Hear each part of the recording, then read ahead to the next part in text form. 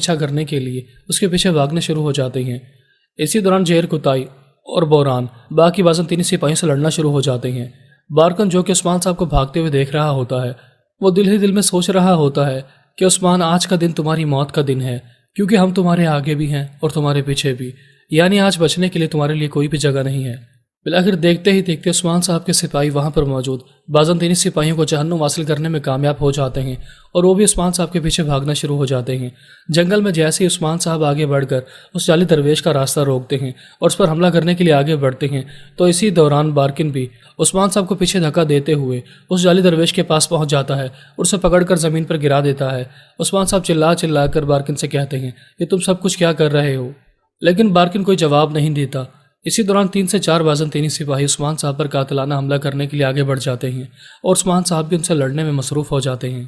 بارکن بھی جان بوجھ کر اپنے استاد یعنی کہ جعلی درویش کو پکڑنے کا ناٹک کر رہا ہوتا ہے اور وہ اسے بھاگنے کا اشارہ کرتا ہے، تو جعلی درویش اس موقع سے فائدہ اٹھا کر ایک بار پھر سے عثمان صاحب کے چنگل سے فرار ہو جاتا ہے۔ ناظرین، ایک طرف بالا خاتون توران کو کائی قبیلے میں بھیجتی ہیں تاکہ وہ میری کی خادمہ کارنیلیا کو بلا کر لا سکے۔ کارنیلیا کے ساتھ بالا خاتون کی خادمہ بھی موجود ہوتی ہیں، تو دوسری طرف عثمان صاحب غصے کے عالم میں پاگل ہو جاتے ہیں اور وہ بارکن کو گریبان سے پکڑتے ہوئے اسے درخت کی طرف لے جاتے اور کہتے ہیں، تمہاری بے وقوفی کی وجہ سے وہ جعلی درویش یہاں سے بھاگنے میں فرار ہو گیا۔ بارکن یہ سن کر ناٹک کرتے ہوئے کہتا ہے، اس نے ہمارے بہت سے ساتھیوں کو شہید کر دیا، جس میں عمر بے اور یاوز بے بھی شامل تھے، لہٰذا میری نظر جیسے ہی اس پر پڑی تو میں خود کو قابو میں نہ رکھ سکا اور اسے مارنے کے لیے آگے بڑھ گیا۔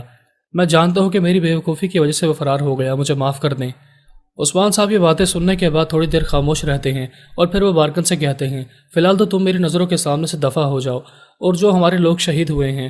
ان کو عزت اور احترام کے ساتھ دفنا دیا جائے۔ جیسے ہی بارکن وہاں سے جاتا ہے تو زہر کتائی اور بوران بھی عثمان صاحب کے پاس پہنچ جاتے ہیں۔ بالآخر زہر کتائی تھوڑی دیر سوچنے کے بعد عثمان صاحب کو ایک تیر دکھاتے ہوئے کہتا ہے کہ یہ ہارمن کایا قلعے کا تیر ہے، یعنی کہ کوسس کی طرف سے یہ تیر بھیجے گئے ہیں۔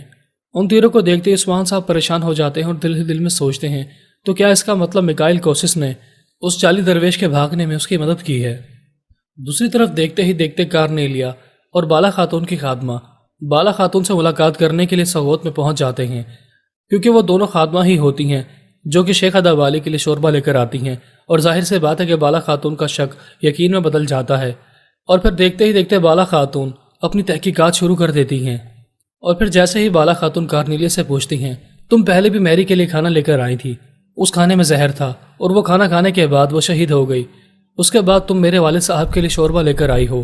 اور جیسے ہی میرے والد صاحب کو میں نے وہ شوربہ پلایا تو وہ بھی آہستہ آہستہ موت کے قریب جانا شروع ہو گئے، یعنی کہ تم جس چیز کو بھی ہاتھ لگاتی ہو وہ زہریلی ہو جاتی ہے۔